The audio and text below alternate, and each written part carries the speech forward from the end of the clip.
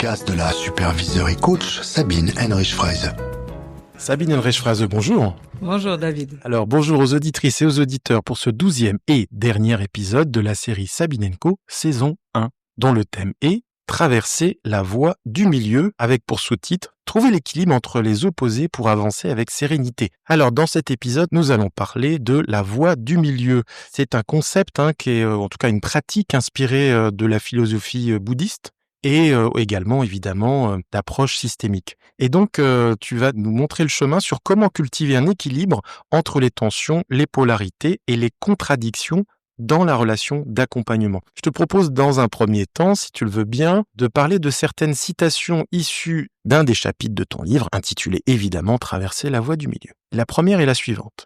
La voie du milieu n'est pas un compromis, mais un espace où les opposés se rencontrent et s'enrichissent. Effectivement, j'ai pensé dans un premier temps, et ce qui m'a inspiré, c'est j'ai un Bouddha ici dans mon appartement, j'ai aussi la statue qui est en face dont on a déjà parlé. La gardienne des secrets. La gardienne des secrets, oui. Et en fait, nous avons l'impression en les voyant ou même en écoutant l'enseignement bouddhique que c'est pertinent d'être au milieu, de trouver cette voie du milieu, de la sagesse, de la zénitude. Moi, j'y suis jamais complètement. Par contre, ça m'arrive de traverser ces états-là. Et donc, pour moi, j'ai toujours vécu avec une idée que l'objectif, c'est pas trouver l'espace du milieu, mais entraîner notre capacité à naviguer entre les opposés, entre les extrêmes, entre les contradictions, et en allant d'un côté à l'autre, on traverse la voie du milieu. Mais on ne peut pas être dans la voie du milieu si on n'élabore pas sur le côté des extrêmes et des contradictions.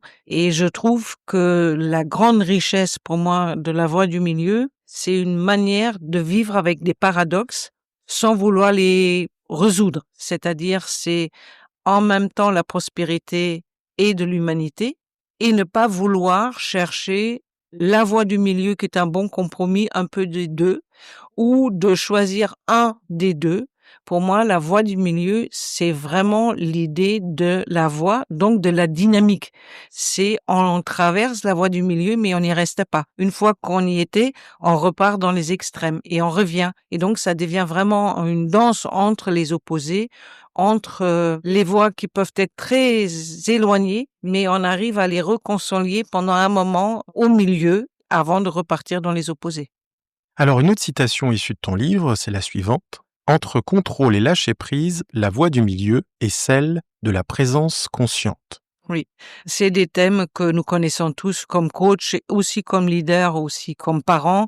À quel moment on lâche, à quel moment nous tenons, lâcher prise d'un côté, tenir de l'autre. Pour moi, c'est des paradoxes, c'est des deux facettes d'une médaille. Et je pense que nous pouvons pas choisir entre les deux. Je pense que d'ailleurs l'être humain est fait des paradoxes et d'ambiguïté. Et si on souhaite rencontrer l'humain, donc un client ou un coach en supervision, c'est dans sa complétude, donc dans ses ambiguïtés et ses paradoxes visibles et invisibles.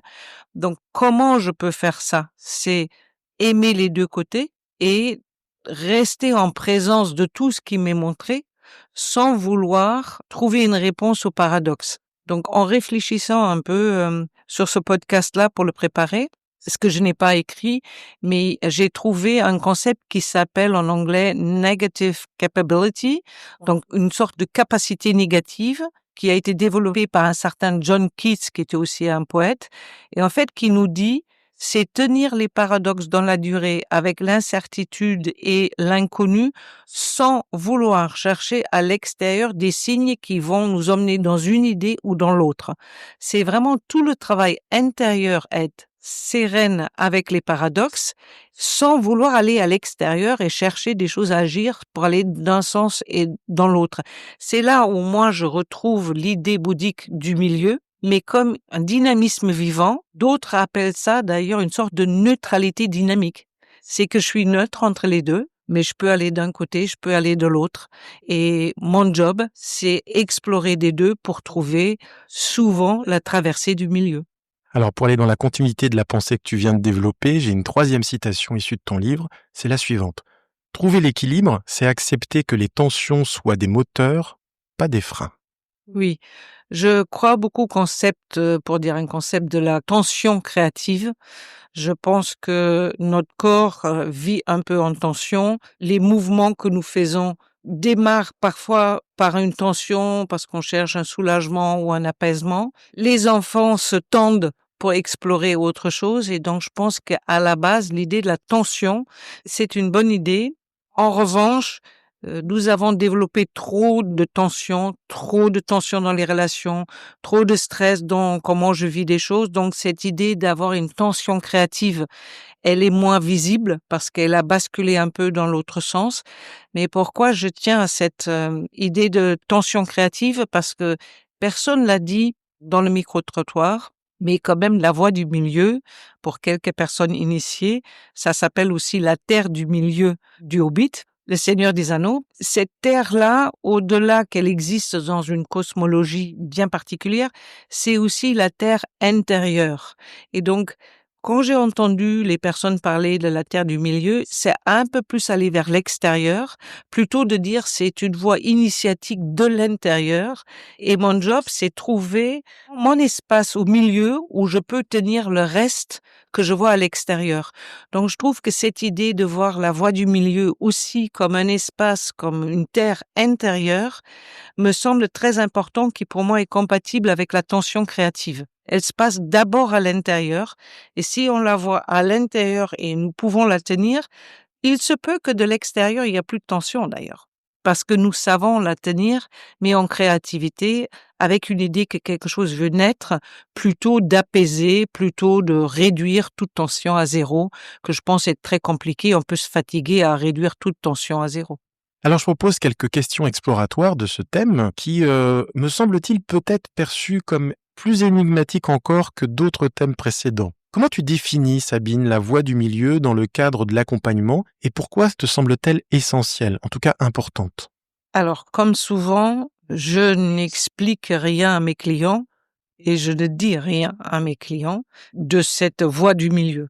À moins qu'on me pose une fois une question sur quelle voie je suis en train d'opérer. En revanche, je pratique cette voie en travaillant beaucoup avec mes clients les paradoxes. C'est quoi les paradoxes que vous vivez entre un monde qui a besoin d'innovation, donc d'imaginaire, et de l'autre côté, un monde de mesure? Comment vous allez faire les deux? Comment vous allez travailler entre leadership et followership? À quel moment vous allez suivre soit votre vocation, soit vos équipes, soit vos actionnaires? À quel moment vous reprenez le lead sur les affaires que vous gérez? Et comment vous pouvez être dans les deux et ne pas dire je suis un leader qui follow pas ou je fais du followership mais je fais pas de leadership, c'est-à-dire aider mes clients à vivre avec cette tension permanente qu'il n'y a pas de solution à un paradoxe ou un dilemme. Il n'y en a pas. Donc comment, dans un monde qui cherche des solutions, souvent des solutions rapides, comment je vis comme un monde de possibilités et de quelque chose qui me permet d'avancer sans vouloir chercher une solution. Et ça, c'est quelque chose qui est difficile pour les clients parce que tout est fait pour avoir des solutions. Je pense pas qu'ils vivent avec moi uniquement l'idée de je dois être sereine et ça va le faire. J'y crois pas, mais je crois que c'est un art de poser des nouvelles questions. C'est une manière de travailler sa propre incertitude. C'est travailler la manière de trouver du courage à s'exprimer dans une idée. Il va falloir que nous gérons les paradoxes et les dilemmes sans savoir vraiment ce que ça va donner, ce qui est la partie systémique, c'est-à-dire nous testons et nous verrons ce que ça crée. Et ça permet en revanche à beaucoup de gens que j'ai accompagnés à arrêter à un moment de chercher la perfection d'une des solutions. C'est-à-dire on peut éternellement continuer à dire c'est A ou c'est B, comme ça a été fait d'ailleurs cette question-là dans le micro-trottoir, mais à un moment c'est A et B. Ça sert à plus rien de chercher plus loin. Donc cette nouvelle capacité à être à l'aise dans l'incertitude et de décider dans l'incertitude, ça pour moi c'est une manière pratique de la voie du milieu. Est-ce que tu as des polarités que tu explores plus facilement avec tes clients? Tu parlais tout à l'heure du followership leadership. Est-ce qu'il y a d'autres polarités que tu explores, on va dire prioritairement parce qu'elles te semblent essentielles pour un leader, un manager, un dirigeant? Alors, parmi les paradoxes ou les dilemmes, c'est prospérité d'un côté et humanité de l'autre. C'est comment nous pouvons créer des lieux qui ont à cœur de développer la prospérité, mais qui vont devenir aussi un endroit où les personnes ont envie de venir et travailler. Je trouve que c'est un éternel questionnement. Ça ne peut que nous donner des voies à suivre pour voir, mais c'est quelque chose que j'élabore très régulièrement. Donc là, c'est la polarité économie sociale. Hein. C'est ça, Mmh. on est bien d'accord. Après, j'ai un autre paradoxe, un autre dilemme que j'aime bien qui est entre confiance et pouvoir. C'est comment j'articule le fait que j'ai du pouvoir autant que leader et qu'en même temps, je souhaite susciter la confiance. Donc, comment on peut susciter la confiance tout étant en pouvoir? Je pense que c'est une question très intéressante, très complexe, parce que ça remet beaucoup de choses ensemble et c'est pas évident. C'est quelque chose que j'aime bien discuter. Et puis, il y a un autre qui est entre loyauté et liberté. C'est quoi les pactes de loyauté, les freins de loyauté, les espaces de loyauté qui vont m'enfermer dans quelque chose et donc vont limiter ma capacité à créer, à trouver de la liberté et de la possibilité. Mais nous avons tous des liens de loyauté et nous avons tous le désir de la liberté. Donc c'est en fait inhérent à l'être humain. Et comme je crois que les organisations, on peut les voir comme un être humain, donc avec des mêmes enjeux existentiels, je retrouve les mêmes dilemmes, les mêmes paradoxes en entreprise. Et alors, quels sont les outils ou les pratiques que tu utilises, Sabine, pour naviguer entre deux polarités donc opposées dans une relation ou un processus? Parce que parfois, ça peut être vertigineux. Oui. Et c'est pas la même chose de le faire en coaching individuel ou supervision individuelle et avec une équipe. Bien sûr. Parce que travailler avec une équipe, les paradoxes et les dilemmes, il y a bien ce qu'on dit, mais après, chacun sa manière de vivre ou pas les dilemmes, parce que fondamentalement, ça met en œuvre un mécanisme qui est la vulnérabilité, qui est de dire « je sais pas » et qui est de dire « il n'y a pas de solution définitive à la situation » qui est très compliqué à dire quand c'est une situation critique. Encore faut-il qu'on ait la même sémantique. Encore faut-il, oui. C'est-à-dire, de temps en temps, est-ce que tu poses la question de comment vous définissez, vous, ce qu'est, par exemple, la liberté ou la loyauté, etc. Est-ce que tu leur demandes de t'expliciter ce qu'ils considèrent être telle ou telle polarité? Non, moi je dirais plutôt définissez-moi ce que c'est un dilemme. Et nous le savons, autant qu'être humain, nous savons que nous avons des paradoxes et des dilemmes. C'est pas quelque chose de nouveau, c'est pas quelque chose d'extraordinaire. Jung en a fait déjà un grand développement en disant les paradoxes, c'est notre capacité spirituelle à tenir le tout. Donc, c'est pas quelque chose de nouveau. Je crois simplement on l'a oublié parce que nous avons tellement eu envie des solutions que nous oublions.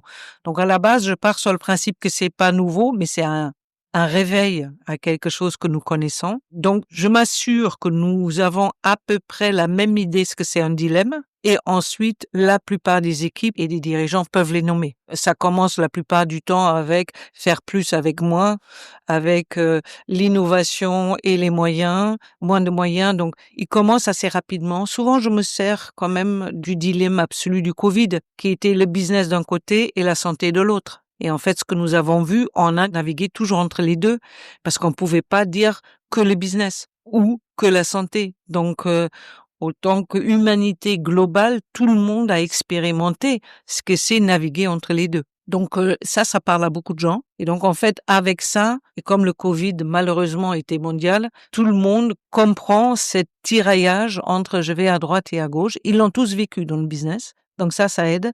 Je suis pas quelqu'un qui aime définir et travailler trop le sens du mot parce que dans mon expérience, ça peut durer des heures. Ça peut être définir la liberté, c'est presque existentiel, c'est émotionnel, c'est tellement même philosophiquement important que définir ce que c'est la liberté. Moi, j'ai essayé de faire ça dans un premier temps, ensuite dans les milieux interculturels et en fait, je passais mon temps à expliquer ce que c'est une décision et pendant ce temps-là, l'idée des dilemmes n'avançait pas. Donc ça, j'ai abandonné, donc j'explique pas. Mais pour revenir sur un des outils que j'utilise, c'est effectivement prendre deux espaces éloignés. Dans un espace, par exemple, c'est prospérité. Et 3 mètres de l'autre côté, il y a l'humanité. Et donc, de faire marcher la personne d'un côté à l'autre et de voir ce qui se passe au milieu, parce que c'est là où il y a la voie du milieu, mais elle n'est que traversée. Elle n'est ni la fin, ni le commencement, ni un arrêt. C'est une traversée. et comment je peux emmener quelque chose de l'humanité, par exemple, écouter les gens avec reconnaissance, comment je peux emmener cette partie-là dans l'autre polarité. Ça veut dire, je peux avoir de la prospérité aussi en écoutant autrement mes clients. Par contre, les clients me demandent d'être agile, de développer autre chose. Qu'est-ce que je peux emmener de là dans l'humanité? En fait, c'est une habitude à prendre, c'est un entraînement à faire qui est je me balade et j'avance entre les deux extrêmes, entre les deux opposés. Et souvent, c'est fait corporellement, beaucoup plus que dans la tête, ce qui permet au corps de se rappeler que nous marchons sur le déséquilibre. Pour avancer un pas, le corps se déséquilibre pour faire un pas, pour retrouver la stabilité.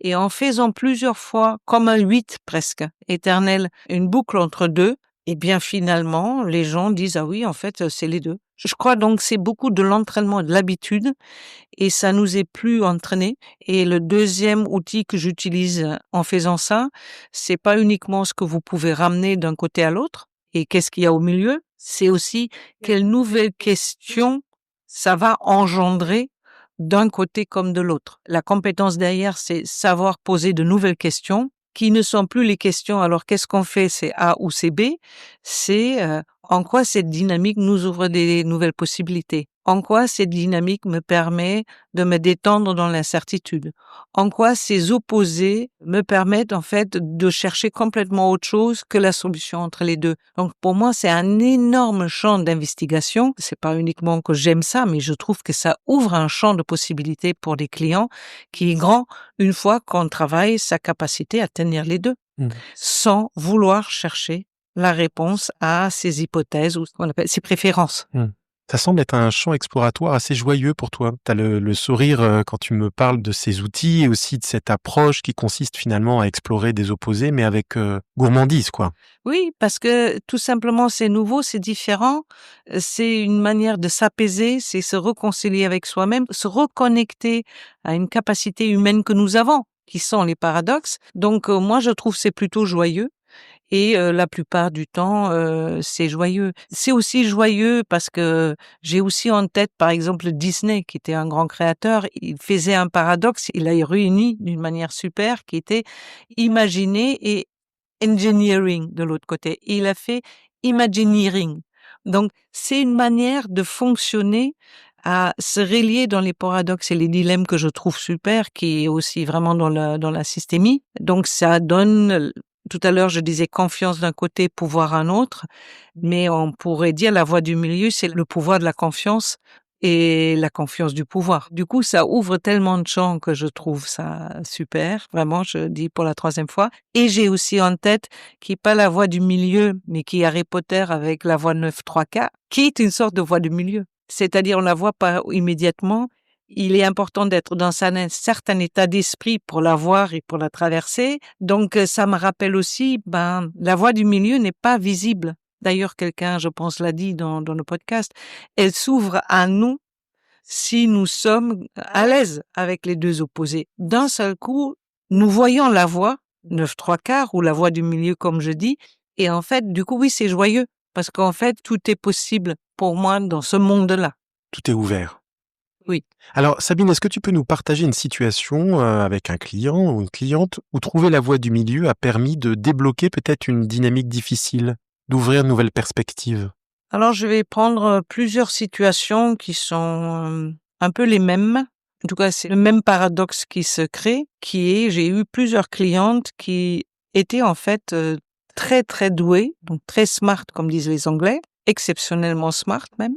Et de l'autre côté, qui disaient, en fait, je suis nulle parce que je vois pas des choses, ou je comprends pas, ou je suis plus lente, ou je dois tout expliquer. Et moi, je voyais le paradoxe entre je suis très smart et j'y connais rien.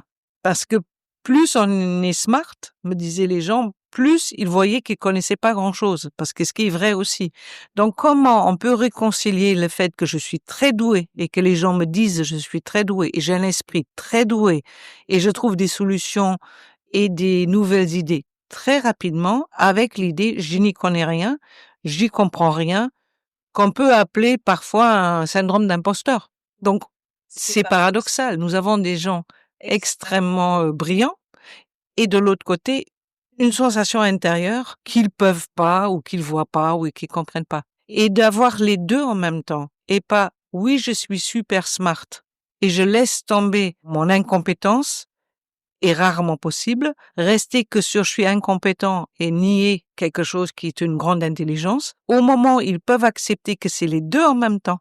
Donc j'ai eu des clientes et des clients qui me disent je peux être et géniale et en même temps incompétente, mais ça c'est comme si une tension s'est relâchée et j'ai vu des gens très apaisés parce qu'en fait c'est double autorisation. Je peux être et géniale et je peux être incompétente et parfois, oui, nous sommes incompétentes, mais nous pouvons utiliser notre génie pour aller de l'autre côté et parfois c'est quand même très bien pour le génie aussi de dire oui, il y a des moments où je suis incompétente, je vois pas. Donc quand je peux générer cette nouvelle compréhension, pour moi c'est un grand plaisir et pour les clients aussi parce que c'est pour moi par moment comme si une tension depuis toujours s'apaise et d'un seul coup les deux sont possibles et hop, et c'est comme si tout se libère à ce moment-là. Donc c'est un exemple que je trouve assez fascinant, que je trouve souvent dans l'entreprise et un autre, si on voulait faire la grande différence entre l'esprit et le cœur d'un côté, et on sait très bien que nous pouvons pas vivre sans le cœur et vice versa. Donc c'est même pas à expliquer. On sait que nous avons besoin des deux. Et la voie du milieu, c'est notre corps qui bouge. Alors, est-ce que ça t'est arrivé de considérer que la voie du milieu pouvait être un levier puissant pour accompagner des organisations ou des équipes confrontées à des tensions internes? Est-ce que on en a parlé plutôt dans l'individuel, mais est-ce que dans le collectif, ça a été parfois une ressource intéressante que tu as pu explorer avec tes clients? Je pense beaucoup de choses que je fais est autour des paradoxes et des dilemmes. Pour une équipe, il y a beaucoup de dilemmes entre comment nous répondons à ce que le groupe, le siège demande et en même temps comment nous développons une action qui va emmener tel et tel nouveau projet. Donc les équipes sont en permanence dans les tensions, dans les paradoxes. D'ailleurs, ils appellent ça des injonctions contradictoires. Paradoxal. Paradoxal. C'est vrai. Donc l'idée, c'est comment nous pouvons pas les éviter parce qu'ils sont inhérents à notre monde, à notre façon de fonctionner. Comment on peut pas les vivre comme des injections paradoxales qui vont nous figer, qui vont nous limiter, qui vont nous mettre dans des postures, j'appelle ça en dessous de la ligne, qui sont soit je suis victime, soit je suis sauveur, soit je suis autre chose, mais qui se reforment pour donner de la liberté d'action. Donc je pense que c'est la clé. Enfin, je pense qu'une des grandes clés, un des grands leviers, voire le plus grand du coaching d'organisation, c'est réconcilier les personnes avec le fait que c'est pas uniquement des injonctions paradoxales qui nous figent, mais que c'est surtout des tensions créatives qui libèrent. Ça veut dire que ça leur ferait finalement, d'une certaine manière, explorer ces polarités, ces extrêmes, ces opposés. Ça leur permet de vivre concrètement la complexité du quotidien. Oui, je pense aujourd'hui notre quotidien est paradoxal et des dilemmes. En tout cas, j'ai vu des leaders, ils savent ce qui est plus compliqué, c'est trouver la compétence à vivre avec et en faire un levier et inspirer. Parce que là, les leaders sont à nouveau dans des opposés, c'est-à-dire d'un seul coup, ils doivent voir la vision, faire autrement et en même temps expliquer dans un monde ancien.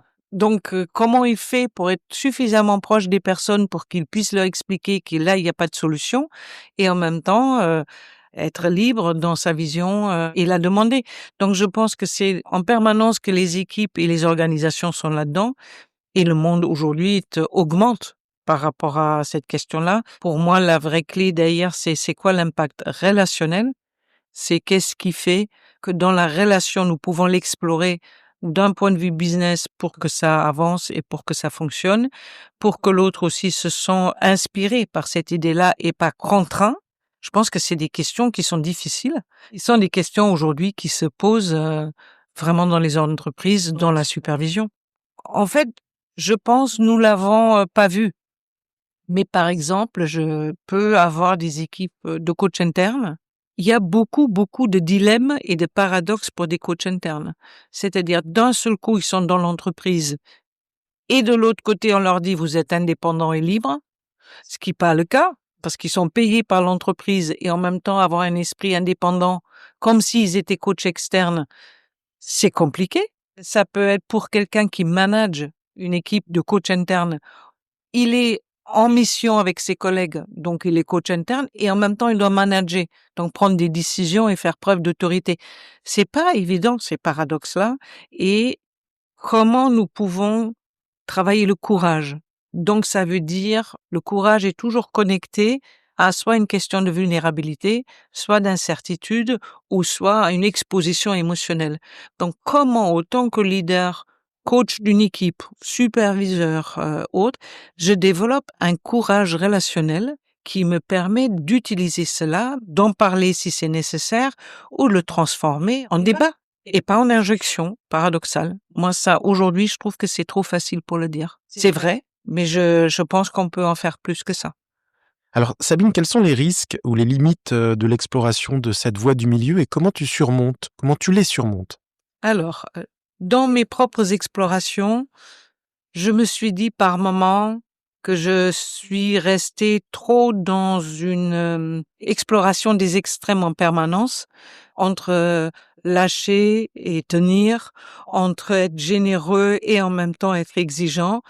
À force de vouloir explorer chaque pôle, par moments, je me suis dit, bon, il est temps de lâcher un peu toute cette idée du milieu pour retrouver un peu d'apaisement. Donc ça, c'est un des risques que j'ai vu. On peut intellectuellement même adorer explorer les extrêmes et les dilemmes. J'ai aussi exploré un autre risque qui est ce que j'appelle être scotché au milieu, c'est-à-dire finalement un bon compromis entre les deux me met bien à l'abri de tout le monde, je vais vexer personne, tout le monde est content. C'est un peu tiède, c'est un peu gris, mais finalement, la voie du milieu qui est, allez, on se met tous d'accord pour faire ça, peut être une sorte de solution de simplicité, permet pas en fait de gérer les tensions qui sont existants. Et donc, par moment, je me suis dit, voilà, la voie du milieu, ça peut être peut-être aussi gris, mais c'est pas la vraie voie du milieu. La vraie voie du milieu, c'est dynamique. C'est savoir quand on est dans une sorte de compromis gris. Et je trouve que ça peut être un vrai risque parce qu'un compromis tiède est parfois quand même plus rapidement trouvable qu'une vraie exploration des opposés, surtout en équipe. Ça prend plus de temps. Donc ça génère cette idée, on perd notre temps. Et donc rapidement, bon, on a globalement compris, et si on faisait ça, c'était déjà bien. Je dis souvent, en tant que coach et moi-même, je suis très attentif à est-ce qu'on n'a pas fait erreur sur la voie du milieu, qui n'est pas la voie du milieu dynamique que je traverse, mais où je m'installe, tout en disant, bon, on peut pas faire mieux pour l'instant. Alors j'étais très sensible à ça aussi parce que j'utilise souvent une expression qui est, nous cherchons plus d'être parfait, mais d'être optimal. Je crois que c'est vrai, mais l'optimal peut être la voie du milieu tiède. Donc c'est optimal, je fais avec les ressources que j'ai. J'étais fatiguée aujourd'hui, l'autre personne n'était pas là non plus, nous n'avons pas eu le temps pour un café, donc avec ce qu'on en a fait de la réunion, c'est pas mal. Non, ça c'est une version optimale tiède, comme la voie du milieu tiède. Et je trouve que c'est bien le Seigneur des Anneaux. Parce que la voie du milieu est à traverser. La voie du milieu, c'est là où ça vit. La terre du milieu, c'est initiatique. On doit faire des preuves. On est avec soi entre je lâche ou je renonce. Je soutiens mon ami ou je le soutiens pas. En fait, ça nous explique merveilleusement ce que c'est la bonne partie. Et on voit bien que de temps en temps, les acteurs sont un peu tièdes. Sauf que la voie du milieu, la terre du milieu, va les initier à la prochaine épreuve. Et donc, c'est une question d'être conscient qui peut être le risque de la voie du milieu. J'ai eu certaines personnes qui me disent c'est beau, c'est intéressant comme concept, ça s'entend bien la voie du milieu. Tu vas nous enseigner la voie du milieu. Ben non, j'enseignais pas la voie du milieu parce qu'en fait, elle est à vivre. C'est pas à comprendre, c'est pas à enseigner, c'est à vivre, la voie du milieu. C'est pas une théorie. Non, c'est pas une théorie. Et les gens qui disent, OK, je vais explorer la voie du milieu, ben, ils vont se mettre en dynamique. Et ça veut dire, c'est gagné. On peut pas la comprendre. On doit la vivre, explorer, expérimenter pour voir, voilà, là, aujourd'hui, je traverse la voie du milieu, mais demain, ça ira autre chose. Est-ce que ça t'est arrivé d'avoir un client ou une cliente qui était peut-être figé face justement à ces polarités qui peuvent être vertigineuses et peut-être avoir le sentiment de ne pas savoir, quoi? Bien sûr, moi-même aussi, ça m'arrive quand mon superviseur ou quelqu'un me dit et t'es en même temps ceci et en même temps cela, entre t'es en même temps inspirant et parfois t'es cassant, ça peut être très désagréable. Moi-même, je l'ai vécu avec mes superviseurs quand ils m'ont dévoilé révéler, comme on dit, que je peux être et inspirant et très cassant d'un côté, ça fait pas plaisir. Mais c'est vrai, c'est la réalité, ça peut m'arriver. Donc, je peux effectivement leur dire qu'ils exagèrent et que c'est un peu pas vraiment pertinent parce que j'ai quand même beaucoup travaillé sur moi. Et avec ça, ils m'ont dit, bah là, tu arrives dans une sorte de compromis tiède. Tu es en train de nous expliquer que, ouais, pas vraiment. Évidemment, ça m'arrive, donc ils m'ont forcé ou invité, ou moi-même je me suis invitée à vraiment forcer sur le parti inspirant et le parti cassant, parce qu'en fait, c'est lumière et ombre, comme dirait l'autre, qui est une exploration pas toujours facile et qui peut faire peur, qui peut dire, je peux casser, je peux blesser involontairement, je peux être parfois trop dur, ça fait pas plaisir, mais c'est l'exploration de l'ombre qui va avec la lumière d'inspiration. Donc oui, j'ai eu des clients qui ont hésité d'explorer. Et la plupart du temps, ont hésité d'explorer et l'ombre. Et comme ils n'explorent pas l'ombre, du coup, ils n'ont pas droit à la vraie lumière non plus. Donc, c'est un sujet délicat. C'est, je pense, à accompagner avec légèreté, une sorte d'espoir que ça va faire quelque chose, mais ça en fait partie de la traversée. Est-ce que tu veux bien lever le voile sur ta propre traversée de ta propre voie du milieu en tant que professionnel de l'accompagnement? Alors soit dans le passé et éventuellement dans ce qui te reste à traverser aujourd'hui, parce que on l'a pas dit jusqu'ici, mais c'est un exercice qui peut être fait tout au long de sa vie. Oui, je pense que la voie du milieu est une sorte de positionnement existentiel que j'ai pas forcément choisi, mais qui me semblait opportun pour pouvoir, en fait, un champ de liberté grand. Ma voie du milieu est un long chemin que j'ai jamais pu faire seule. Donc, j'ai eu soit des thérapeutes, soit des coachs, soit des mentors. Et ce que j'ai reconnu à ces personnes-là, c'est m'accompagner sur un peu la partie désagréable de la voie du milieu, qui est regarder la réalité de mes comportements, regarder les moments où je me suis raconté des illusions tout en cherchant une explication, mais en fait, il n'y avait pas d'explication à avoir parce qu'en fait, les bases de mon fonctionnement étaient erronées ou en tout cas, j'avais pas pris la mesure. Moi, je pars toujours sur le côté de qu'il y a du bon de l'autre côté. Bah, parfois, j'ai dû comprendre avec des partenaires, avec des collègues, que c'est pas toujours le cas, qu'il y a aussi d'autres loyautés qui jouent. Donc ça fait partie de ma voie du milieu, de regarder les extrêmes. J'ai été très inspirée par un dirigeant qui lui disait, moi, ma vraie valeur ajoutée, c'est la confiance. Et je fais que ça. Donc je suis payée pour créer la confiance. Et je lui dis, mais comment vous êtes sûr, vous, que vous êtes vraiment sur la voie de la confiance? Il m'a répondu à l'époque, parce que moi, j'ai accepté d'être trahi régulièrement. Alors non seulement j'ai jamais entendu ça, et je dis, ah bon? Il m'a dit oui, parce que sinon, c'est du contrôle. Donc, si j'accepte pas d'être trahi de temps en temps, mon histoire de confiance tient pas la route. Et là, je me suis dit, d'accord, si je fais confiance aux gens, oui, c'est normal que de temps en temps, je peux avoir l'impression d'être trahi ou pas, volontairement ou pas, Ou déçu en tout cas. ou en tout cas déçu. Mais ça veut dire que ça va loin dans l'acceptation de moi-même, de travail, de compassion de soi qui va avec, en disant oui, si c'est ça aussi, c'est pas évident. Il y a des moments où j'ai pleuré, il y a des moments où j'ai douté, il y a des moments où je disais mais comment je vais faire entre mon exigence de vouloir accompagner, de vouloir libérer ce qui est le plus bon dans l'autre et le plus efficace. Et de l'autre côté, c'est de la résistance, c'est compliqué. Moi-même, j'y crois pas à ma lumière. C'est des longs chemins. Je reste persuadée qu'ils sont mieux en groupe, d'où des groupes de supervision, ou avec des mentors et des coachs qui nous accompagnent et qui nous font ce cadeau de dire, là, vous avez traversé le milieu. Ça y est, vous avez compris ça. Et en fait, j'ai compris que ma voie du milieu, c'est triste et joyeux en même temps. Au moment où j'ai une sorte de prise de conscience, c'est le moment où je quitte le milieu. Pourtant, tout en moi dirait, ça y est, j'ai trouvé. Je peux m'installer dans cette voie-là maintenant, j'ai trouvé ça. Et avec le temps, j'ai compris, c'est quand c'est comme ça. C'est en fait que je suis déjà en cours pour quitter la voie du milieu. Je suis en train de la traverser. C'est pas facile à accepter parce que quelque part, je pourrais dire, je cherche toujours ma place entre les extrêmes. Mais ce qui m'aide, c'est, ça y est, j'ai compris ça. Au début, je croyais vraiment, ça y est, j'ai trouvé ma place, maintenant je sais, maintenant je vais faire ceci, cela, jusqu'à ce que j'ai compris, c'est presque dangereux. Quand j'ai une sorte de prise de conscience, je dis, oh, va falloir quitter le milieu, il va falloir recommencer le voyage. Et c'est donc une forme engagée de vivre. Parce que il y a, comme je disais tout à l'heure, il y a ni de fin, ni de commencement, il y a que de la traversée. Je te propose à présent peut-être de challenger les auditrices, les auditeurs par rapport justement à cette exploration de leur propre voie du milieu. Qu'est-ce que tu pourrais leur proposer comme exercice introspectif au fond? Oui, c'est là, on est vraiment dans l'introspection, seul ou avec quelqu'un.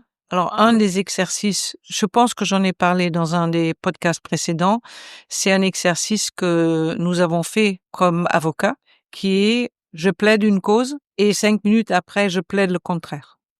C'est-à-dire réalimenter notre esprit à s'entraîner à vouloir défendre une personne et attaquer une personne, à défendre le droit, à attaquer le droit. Donc ça, c'est un muscle presque cérébral et nous pouvons faire ça.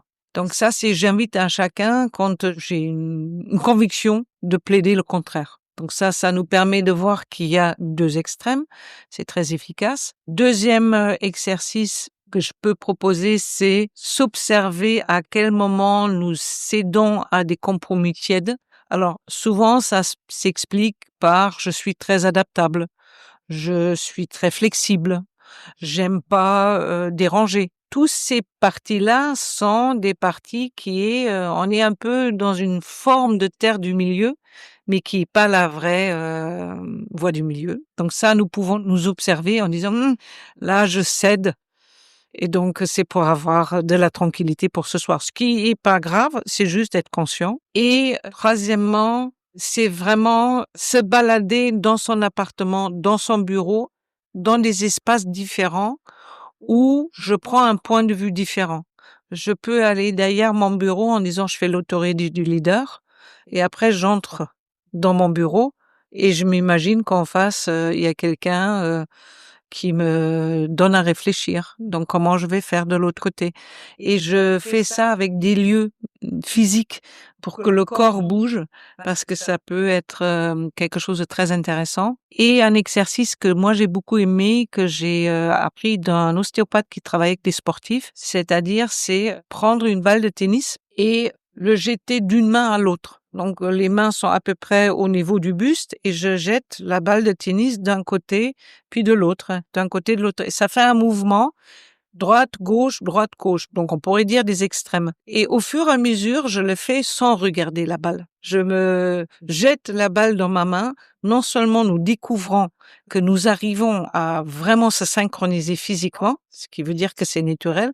2, ça fait un pont dans notre cerveau entre cerveau gauche et cerveau droit. Et donc, en le faisant suffisamment longtemps, je l'ai fait moi-même très souvent dans mon appartement quand j'ai une grande question. Je prends la balle et pendant 10 minutes, je me balance la balle. Et à la fin des 10 minutes, il y a une nouvelle idée qui est venue. Ça veut dire que nous avons bien tenu les 2 extrêmes dans chaque main, mais comme la balle fait le voyage, à l'intérieur de nous, il y a une sorte de réconciliation, il y a une nouvelle idée qui vient. Donc, je vous encourage de prendre une balle de tennis et vraiment de faire ce mouvement. Et dans un atelier, je l'ai fait même avec des participants de l'atelier, l'un en face de l'autre, chacun avec sa balle. Quelqu'un a fait une demande, ils ont discuté et après 5 minutes, l'autre a dit j'ai trouvé. C'est amplifié quand nous le faisons à plusieurs, c'est en plus fun et la crispation au début, c'est je vais pas trouver, il faut que je regarde, donc tout le travail d'enlèvement de nos barrières a lieu, mais la réalité c'est que nous jouons avec les 2 extrêmes et c'est un outil super. Je trouve ça vraiment génial et ça marche très souvent. Ça favorise l'agilité physique déjà, et Déjà. ensuite apparemment l'agilité dans l'exploration de la voie du milieu. Oui. Et donc de notre esprit et de voir visiblement que nous œuvrons avec les 2 extrêmes, les 2 mains. Donc voilà.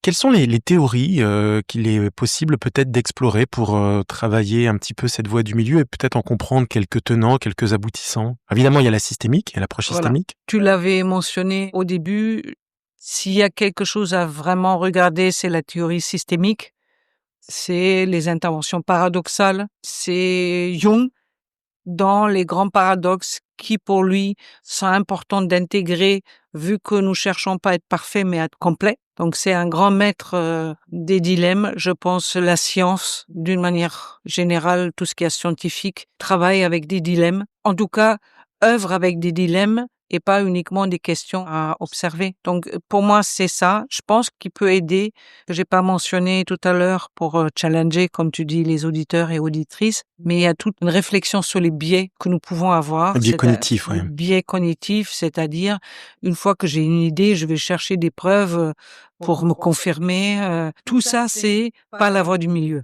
Donc, les biais nous maintiennent hors de la voie du milieu. Donc, quand nous travaillons sur les biais, tout ce qui est biais cognitif, tout ce qui est écrit là-dessus, nous rapproche de la valeur du milieu. Il y a aussi toute la partie zen, quand même bouddhiste. Taoïste aussi. Taoïste, surtout taoïste, des deux, c'est beaucoup plus proche de la voie du milieu qu'autre chose. Là-dedans, il y a vraiment des idées à chercher, à trouver. Mais encore une fois, ça, c'est ce qui est écrit, ce qui est dit. Je trouve que faire les balles de tennis ou se mettre dans son appartement à 2 endroits en même temps et voir avec des amis, il y en a un là, et voir ce que nous pouvons faire, je trouve que ça donne accès à une nouvelle compétence intérieure plus importante que lire la théorie, mais ça permet de s'y approcher.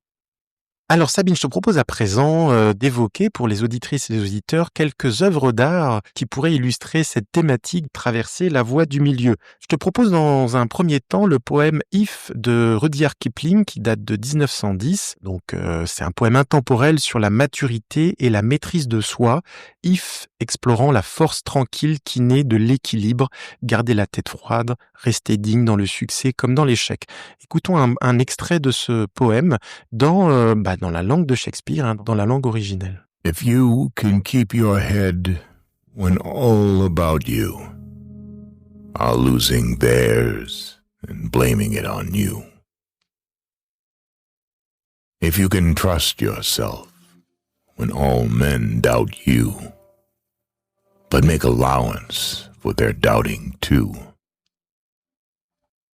If you can wait and not be tired by waiting, or being lied about, don't deal in lies, or being hated, don't give way to hating, and yet don't look too good, nor talk too wise.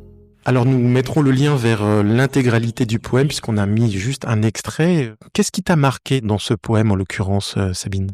Alors, déjà, j'ai aimé que c'est en langue anglaise, donc en langue d'origine, pas traduit, et je suis toujours sensible à cette sensation d'origine, parce qu'il y a quelque chose qui se dégage déjà par la langue.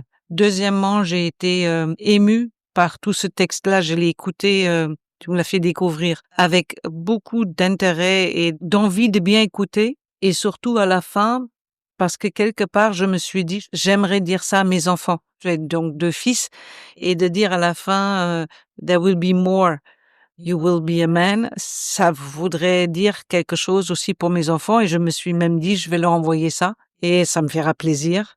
Et troisièmement, pour faire le lien avec tout ce que nous avons dit, c'est, je trouve, une expression fascinante de quelqu'un qui nous fait voyager dans la voie du milieu. Il prend les extrêmes qui est en même temps ne soyez pas trop pris par les compliments et en même temps ni par les insultes que vous pouvez recevoir. Il montre et il nomme les opposés, il nomme les 2 pays de chaque côté et il nous fait voyager entre les milieux. Donc je trouve que c'est une manière très inspirante, poétique, qui nous montre tout ce que j'ai essayé d'expliquer, que la voie du milieu, ça vaut le coup. Je veux dire, il y a quelque chose de beau dans cette voie du milieu. Elle n'est pas uniquement efficace. Elle est beau. Elle est très humain. Elle nous relie à ce qui est le plus important en nous. Et je trouve que c'est merveilleusement mis en mots par cette personne-là et que ça date de 1910. Ça veut dire quand nous avons trouvé quelque chose de si particulier, comme un voyage dans la voie du milieu, c'est intemporel. Ça va aller au-delà de notre siècle, ça peut aller plus loin parce que le fond du sujet, c'est bien les dilemmes et les paradoxes qui existent et il nous a montré une manière de les réconcilier sans faire quelque chose de tiède, c'est-à-dire vivre bien les deux et à un moment, vous allez passer par des moments de la voie du milieu. Oui, il me semble aussi finalement, il montre par ce poème que ça reste une sagesse active, qu'il s'agit d'explorer effectivement les polarités extrêmes et de savoir naviguer entre les deux sans s'attacher ni à l'un ni à l'autre. Oui, c'est actif et ça nie de commencement, ça nie de fin. Il aurait pu continuer encore pendant des pages à trouver d'autres dilemmes, d'autres paradoxes à vivre, et il nous montre que c'est actif, que c'est des passages, c'est des traversées, c'est pas des stops, c'est pas des arrêts, c'est des traversées. Et plus nous restons dans l'esprit de la traversée, plus en fait c'est plus facile de voir la beauté des deux extrêmes. Et ce que je trouve très inspirant, c'est que les deux côtés de chaque situation, ils nous montrent la beauté de chaque côté, et pas un côté qui est bon et l'autre côté est moins bon. C'est les deux à tenir, les deux à aimer, les deux à vivre avec. Et je trouve que c'est un vrai voyage en quelques minutes grâce à ce texte-là, en fait. Il nous fait vivre ce que nous discutons depuis un certain temps pour ce podcast. Je trouve que c'est vraiment très, très inspirant. L'une des questions sous-jacentes de ce texte, c'est comment rester centré lorsque tout autour de soi s'effondre ou tente de nous exalter, enfin, parce que les deux sont un peu comme un chant de sirène qui peut nous attirer. Oui. C'est pour ça, c'est une voix intérieure. La voix du milieu, c'est une terre intérieure, c'est une voix intérieure, et ça nous permet de voir tout ce qu'il y a dans l'extérieur complexe, paradoxal, en dilemme, parce qu'à l'intérieur, nous développons la capacité de le tenir tout en étant en paix. Et à ce moment-là, oui, on peut le voir. Et peut-être notre présence intérieure, comme je disais tout à l'heure, notre sagesse quelque part acquise et active, permet à l'autre de trouver des nouveaux chemins pour vivre dans ces dilemmes et ces paradoxes. En tout cas, il nous montre bien que c'est une voie pour devenir complet. Non pas parfait, mais complet. Alors, à présent, je te propose de parler d'une seconde œuvre qui est la suivante, La Grande Vague de Kanagawa, de l'artiste Katsushika Hokusai. Et ça date de 1831. C'est une estampe emblématique du Japon qui montre la puissance d'une vague prête à submerger, en l'occurrence des pêcheurs. Derrière la violence apparente, l'équilibre entre le mouvement et l'immobilité révèle peut-être une forme de sagesse zen. Alors, qu'est-ce que ça t'inspire, en l'occurrence, Sabine ? Déjà, j'aime bien la peinture. J'aime bien ces œuvres-là qui dégagent quelque chose. On ne sait pas bien ce que c'est, mais en tout cas, ça reste, c'est une image que j'ai en mémoire. J'ai même fait des puzzles avec, donc c'est quelque chose très vivant. Pour moi, c'est très vivant parce que c'est les vagues, et pour moi, les vagues, c'est la plage, c'est les îles, c'est le mouvement. Donc tout ça se combine. Maintenant, pourquoi la voie du milieu? On peut se poser cette question-là. Eh bien, nous voyons une chose, comme tu l'as dit, on sait tous intuitivement la puissance d'une grande vague. Nous avons qu'à penser à un tsunami. Nous connaissons la puissance d'une vague. Et là, c'est comme si c'est un arrêt sur image. Donc, nous voyons bien les avant, après. C'est une invitation à imaginer ce qui va se faire. Et ça fait une polarité d'une grande vague. En même temps, dans l'image, c'est un arrêt. Et nous voyons aussi des pêcheurs, nous voyons l'autre côté, cette fragilité par rapport à la puissance. Nous sommes pas sûrs si c'est les pêcheurs qui gagnent ou si c'est la vague qui gagne, si je peux dire ici. Nous savons pas, on peut l'imaginer, mais nous savons que parfois, parce qu'on a un petit bateau, on arrive mieux à surfer sur la vague qu'un grand bateau. Donc, de voir les deux extrêmes, la puissance de la vague et les petits pêcheurs d'un autre côté, ça nous montre d'un point de vue peinture, toutes ces parties de dilemme et d'opposés dont nous avons parlé, peut-être la voie du milieu.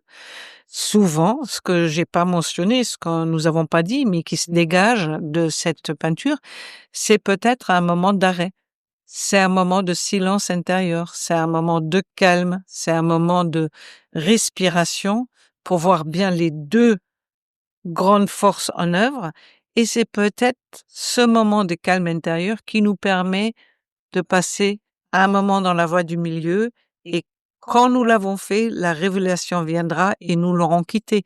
Mais ça veut dire aussi, nous pouvons le faire souvent. Ce moment de voie du milieu, c'est-à-dire en s'arrêtant, en regardant tout simplement la puissance de la vague et de l'autre côté les pêcheurs, et ne pas céder. C'est ce que je disais, cette negative capability, c'est pas céder à oh les pauvres pêcheurs, ils vont être écrasés par la vague. Ça, c'est nos comportements, c'est nos émotions, c'est notre imaginaire. Non, là, c'est de dire et si grâce à ça, quelque chose, eux aussi, ils ont à apprendre, ils peuvent faire et pas céder à vouloir trouver un point de préférence. Et je trouve que c'est très bien illustré sur cette peinture. Comment tu fais, toi, Sabine, pour résister peut-être entre les vagues intérieures et extérieures, notamment face à un collectif qui peut être chahutant parce que, par exemple, n'a pas envie d'être coaché. On en a parlé dans certains épisodes précédents d'ailleurs. Ça arrive que des collectifs n'ont pas envie du tout d'être challengés ou d'être tout simplement coachés. Comment tu fais pour résister à ce qui peut être perçu à ce moment-là comme une vague qui pourrait tout emporter d'une certaine manière? Oui, alors c'est vrai que j'ai rarement vu tout un collectif qui résiste. Oui, en général, il y a 2-3 rebelles dedans. Donc, et c'est ça dont j'ai besoin pour avancer. Comme on avait parlé de la résistance, c'est que je vois pas ça comme une résistance, mais comme un mouvement qui s'exprime. On va dire comme une vague. Je sais ce qui peut être de l'autre côté. Je sais aussi de leur dire ce qu'il y a de l'autre côté. Ça sert à rien parce que pour l'instant, ils sont dans l'extrême, si on prend cette symbolique de la vague. Donc, mon job intérieur, c'est maintenir la possibilité de l'autre extrême. Pas tout de suite, pas maintenant, peut-être dans une demi-heure, peut-être dans 1 heure, peut-être dans 2 heures. Mais à un moment, ce mouvement va se réduire un tout petit peu. Et à ce moment-là, je peux montrer l'autre côté, en tout cas un peu. Donc, je peux remettre l'équilibre des 2 extrêmes. C'est comme ça que je fonctionne. Je garde intact mon espoir et mon assurance qu'autre chose est possible, mais que pour l'instant, nous sommes dans l'autre extrême. Donc, ça sert à rien tout de suite de dire « et en même temps », parce que les « et en même temps » peut être pris comme insultant, et c'est pas en même temps, parce que là, nous avons peur. Donc, c'est une question de travail intérieur, de maintenir la foi de l'autre côté, sans forcément le verbaliser, sans forcément en parler, mais comme dans le poème ça dit, ne pas prendre personnel la résistance, ne pas se dire qu'est-ce que j'ai fait moi pour générer la résistance, c'est attendre jusqu'à la voie du milieu s'ouvre. Comme je disais tout à l'heure, on ne peut pas la créer, nous ne pouvons pas la forcer, mais elle va s'ouvrir si une équipe, on va dire, est un peu plus en résistance, moins dans la foi que quelque chose est possible. À un moment, la voie du milieu va s'ouvrir, va pas se révéler, et à ce moment-là, c'est important que nous puissions la saisir. Mais c'est comme là, parfois la vague s'arrête et notre obligation, c'est parfois pouvoir s'arrêter pour pouvoir observer les dynamiques en cours et pas agir que avec les dynamiques. Résistance ne veut pas dire il faut que je leur montre tout de suite et en même temps. Non, c'est pas et en même temps là tout de suite. Pour l'instant, on est dans l'autre extrême. C'est pour ça cette expression et en même temps très connue entre coachs. D'ailleurs, c'est Emmanuel Macron aussi qui l'a repris. Théoriquement, c'est vrai. Dans la perception émotionnelle, ça n'est pas vrai. Nous sommes d'abord dans un extrême et après nous pouvons aller voir l'autre. Ils existent en même temps, mais nous pouvons pas immédiatement les vivre en même temps. Donc, c'est en même temps et c'est pas en même temps, en fait. Dans cette vague, je trouve aussi, il y a cette notion de sagesse dans la turbulence, dans presque le chaos. Oui, le chaos fertile. Il y a beaucoup de choses. Il y a ce chaos, il y a la possibilité du chaos, il y a du blanc, le blanc des montagnes, le blanc des vagues. Donc, il y a des points communs entre les vagues d'un côté et la montagne de l'autre. Qui est plus fort? C'est la montagne qui va accueillir la vague? Est-ce que c'est la montagne qui va briser la vague? Est-ce que c'est la vague qui va aller au-delà des montagnes? Enfin, c'est imaginaire et toutes les possibilités sont vivantes. Et nous savons pas ce qui va se passer. Simplement, notre imaginaire voit plusieurs choses. Voit les montagnes, voit les pas chers, voit la vague. Donc, je crois que notre esprit va vers « oh là là, la vague », mais il y a les pêcheurs, il y a la montagne, et si c'était pas ça, l'autre extrême qui permet à la vague d'exister. J'adore faire ces jeux-là et j'aime emmener mes clients à dire mais si on était la montagne, si on était la vague, et qu'est-ce que c'est le milieu là-dedans? Peut-être c'est le pêcheur qui est le milieu. Ok, à présent, Sabine, je te propose d'évoquer une troisième œuvre d'art. En l'occurrence, il s'agit d'une composition avec rouge, bleu et jaune de Piet Mondrian et qui date de 1930.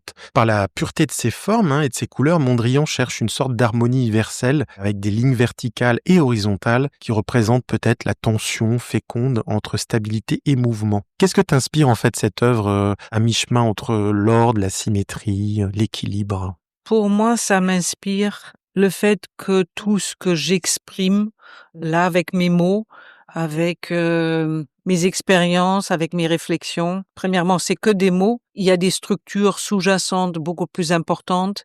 Il y a ma recherche d'une forme d'harmonie dans les extrêmes qui s'exprime. C'est exprimé par des couleurs différentes, par des lignes différentes. Et David Bohm, qui était un chercheur de physique quantique, il disait toujours, il y a un ordre invisible. Et dans tout ce que je dis, je cherche peut-être cet ordre invisible. Aujourd'hui, c'est la voie du milieu, comme je l'explique. Mais nous sommes appelés par trouver une sorte de structure invisible qui nous structure le visible. Et là, ça nous montre cela. C'est qu'il y a un grand carré rouge, il y a un petit carré bleu, c'est du 3 couleurs, 3 lignes. Donc, en fait, c'est très simple, 3 couleurs, et pourtant, il en a fait une infinité de possibilités de conjugaison. Et c'est ça, tout à l'heure, quand je disais, pour moi, je vois un énorme champ de liberté, que ces lignes et ces couleurs, tu peux en faire beaucoup de variations. Et c'est ça que j'aime dans cette idée-là des extrêmes. Et c'est vrai, ça me rappelle aussi, et je pense que c'est intéressant que tu m'as proposé cette peinture-là, c'est qu'il y a peut-être en moi plus de structure que je pense parfois, plus de recherche de ma structure invisible que je laisse apparaître. Mais là, je vois que en pensant à ce tableau-là, en liaison avec ce témoignage aujourd'hui, c'est vrai que je cherche des structures intérieures qui doivent en partie exister et qui me permettent après de développer et d'explorer. Parce que s'il y a zéro structure intérieure, c'est compliqué de voir les extrêmes. Et en fait, ça me rappelle que c'est pas un chemin facile et c'est vrai que la structure aide ou, comme je disais aussi, les gens m'ont aidé à traverser, à voir les extrêmes. C'est pas facile de le faire tout seul. Alors, en l'occurrence, ça sent minimalisme, mais il est vrai que Mondrian en a fait une variation infinie avec différentes formes, différentes tailles et différentes couleurs. C'est aussi ça, peut-être, finalement. À partir d'un simple paradoxe qui peut paraître anodin, en réalité, il y a une exploration qui peut être infinie. Mais c'est infini, parce que le paradoxe a ce cadeau en cachet qu'une fois accepté, il révèle toute la puissance de possibilité. Encore une fois, on peut dire est-ce que je suis en confiance ou est-ce que je suis en pouvoir? Quand nous posons la question, le pouvoir de la confiance, ça crée complètement un autre champ. Et quand nous pouvons poser la question inverse, qui est la confiance du pouvoir, on est sorti du dilemme, on rentre dans un champ où les deux sont mutuellement acceptables et que ça devient une autre chose qu'un compromis. Voilà, ça a l'air d'être peu, mais le peu donne une possibilité infinie, comme les paradoxes bien aimés, bien intégrés, bien acceptés, comme la vie, comme le réel, ça ouvre beaucoup de possibilités. C'est vrai, parfois c'est un peu compliqué à vivre. Parfois, j'aimerais tellement que la voie est claire et qu'il y a seulement une seule idée et pas deux, mais c'est de l'illusion. La vie n'est pas comme ça. La vie, c'est la vague, c'est les deux, c'est la montagne et la vague et les pêcheurs. Alors Sabine, peut-être en guise de conclusion, j'ai 2-3 questions. Si tu devais offrir un objet qui pourrait symboliser cette traversée de la voie du milieu aux auditrices et aux auditeurs, quel objet choisirais-tu et pourquoi? Pour les personnes courageuses, j'offrais, ça va me pincer un peu le cœur, mais je vais offrir ce tableau-là qui est derrière moi, qui en fait est un tableau d'une artiste allemande, Rune Mills, qui est une artiste d'ailleurs chère à mes parents, notamment à ma mère, et qui montre deux figures, deux formes, Gestalten, comme on dit en allemand, donc aussi dans la thérapie gestaltiste, mais qui sont deux danseurs, dont une personne, dont une forme est la mort. Donc, pourquoi je dis ça? Parce qu'on a bien la mort qui guide l'autre personne. Donc, il n'y a rien de mieux que ce paradoxe entre vie et mort. Et entre les deux, il y a toute une vie. En fait, entre naissance et entre mort, il y a toute une vie. Et de danser ça ensemble avec beauté, élégance, il y a une forme de joie qui se dégage malgré la tristesse qui est annoncée. Et même le texte qui est en allemand, qui est vraiment très positif, je trouve que c'est une belle incarnation de ce que c'est un paradoxe. Nous pouvons danser avec les paradoxes, nous pouvons les guider et se laisser guider. Nous pouvons voir l'ombre, nous pouvons voir la lumière. Donc je crois que c'est une bonne illustration de ces dilemmes et ces paradoxes avec la voix du milieu qui est la danse, qui est ensemble. Et la danse est mouvement, donc nous ne restons pas en place, nous bougeons. Et alors dans ce tableau, effectivement, qui pourrait nous rappeler que nous allons tous un jour passer de vie à trépas, il y a aussi toute cette partition de musique qui semble une sorte d'invitation à danser. entre ce paradoxe d'être en vie et de savoir qu'un jour nous ne le serons plus. Dans toute vie et dans tout paradoxe et dans tout ce que nous avons discuté, il y a une musique. Il y a encore une fois une structure invisible. Il y a des notes et les notes, c'est bien une musique composée par Bach. Et l'écriture en dessous des notes, qui est donc en allemand, c'est « Je me réjouis de la rencontre avec ma mort ». Donc c'est vrai que ma mère a adoré ce tableau, elle me l'a donné d'ailleurs. Mais ça montre bien que l'artiste a intégré et les paradoxes et la musique et quelque chose qui est rare, mais qui nous montre quand nous dansons avec, quand c'est en mouvement, il y a des choses qui vont émerger qu'on n'imagine même pas. Et dans ce tableau, c'est le cas, et dans tout ce que j'ai dit, c'est le cas. Quelque chose que nous n'imaginons pas va émerger. Clin d'œil ludique. Si la voix du milieu était un plat culinaire, un plat de cuisine, quel ingrédient choisirais-tu pour qu'il soit parfaitement équilibré? Ça, je sais pas. Parce que le parfaitement équilibré, je sais pas. Mais ce qui m'est spontanément venu, comme la voix du milieu, c'est le tiramisu. Ah, très bien. Le tiramisu, parce que ça a plusieurs ingrédients, tout joue sur le milieu, sur le entre des petits ingrédients. Et c'est sucré, c'est plein de choses. Et c'est amer aussi. Hein. C'est amer, donc c'est un goût mix. Faut pas que ça soit trop sucré. Donc si c'est trop extrême dans l'alcool, c'est pas bon. Si c'est trop sucré, c'est pas bon. Quand je fais ou nous faisons du tiramisu, c'est le dosage. Et donc le dosage part sur le principe qu'il y a bien deux extrêmes qu'on veut trouver. Et parfois le dosage fonctionne, parfois le dosage fonctionne pas. Mais spontanément, pour moi, si j'avais donné un symbole culinaire pour la voix du milieu, ce soir, c'est le tiramisu. Très bien. Mais je te propose de bientôt en déguster un parce que c'est quand même très bon. Et le mieux, c'est d'aller quand même dans un bon italien pour en savourer un parfait. Alors, c'est le 12e et dernier épisode de cette première saison. Qu'est-ce que tu ressens après ces différents enregistrements et peut-être quels sont les mots que tu aimerais partager avec celles et ceux qui nous écoutent? Ça, c'est des questions que tu aimes poser comme ça. Je rappelle aux auditrices et aux auditeurs que tu n'as aucune question à l'avance. Oui, c'est ça. Et vraiment, celle-là, je l'avais pas. Il y a une partie de moi qui est émue d'avoir fait 12 épisodes. J'aime pas les fins. Donc, finalement, c'est une fin. Et pour pas être trop dans la fin, je me dis, il y a une saison 2. Ça me permet de passer plus facilement ce moment-là. Avec plein de surprises. Hein. Avec plein de surprises, oui. Quelque part, c'est aussi une sorte de sensation que je peux aujourd'hui pas livrer mieux ce que j'ai donné pendant 12 séances. C'est pas que j'ai caché des choses, j'ai pas occulté des choses, j'ai essayé d'être le plus honnête, le plus authentique possible. Il y a des choses que j'ai réécoutées et j'aurais dit, j'aurais peut-être pu dire ça et ça un peu autrement. Mais c'est comme ça, c'est une partie très spontanée de moi de partager. Et je suis très heureuse de l'avoir fait. Je ne regrette pas une seule épisode. Je regrette surtout aucun enregistrement parce que il y a des moments où nous avons ri ensemble, où nous avons compris ensemble des choses, où nous nous sommes même soutenus. Donc, c'est aussi ça qui est dans ce podcast, ce lien-là. Et là, du coup, je dirais une forme de lien amoureux parce qu'on a vraiment co-créé. C'est avec deux parties de mon cœur. C'est une qui est vraiment très émue finalement et l'autre qui est juste ravie d'avoir pu partager tout ça. Je suis content quand je vois ou quelqu'un qui me dit ouais, j'ai écouté ton podcast, je trouve que c'est vraiment très intéressant. Moi, j'adore les retours comme ça parce qu'en fait, je les ai rarement. C'est pas grave. Je pense que ce soir, je vais ouvrir une petite bouteille de champagne et je vais être content avec moi-même. Merci beaucoup, Sabine. Merci, David. Sabine & Co. rejoignit l'aventure Joy and Business autour de cette série de podcasts. La voie du milieu peut être celle de la plus grande richesse ou de la plus grande sagesse. C'est de s'autoriser des chemins de traverse, d'aller tester les limites, à être borderline, s'autoriser des choses différentes, nouvelles, mystérieuses, oser. On pourrait quand même se poser la question de temps en temps, si traverser la voie du milieu, c'est pas trouver ces chemins de compromis, ces chemins de crête. Les coachs et les accompagnants sont des offreurs d'options. Il y a une polarisation tellement extrême de toutes les situations, de tout ce qui est dit, de ce qui est fait, que finalement, trouver une remise en cause réciproque devient presque un art. Et la beauté de ce qu'on peut y découvrir, c'est s'autoriser un autre regard sur soi. Peut-être que traverser la voie du milieu, c'est une invitation à regarder les choses un peu différemment. C'est pas tout blanc, c'est pas tout noir. Hein. Il y a différents tons de gris. Traverser la voie du milieu, c'est peut-être retrouver une certaine forme d'équilibre. Bah, tu m'as eu 1h20. encore, hein.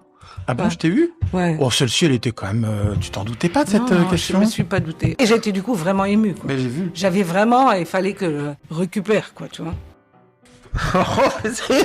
Ça va pas être facile. La grande... Si tu as un sujet, on change, hein. Non, ça va aller. David. Sabine & Co, le podcast d'une provocatrice bienveillante.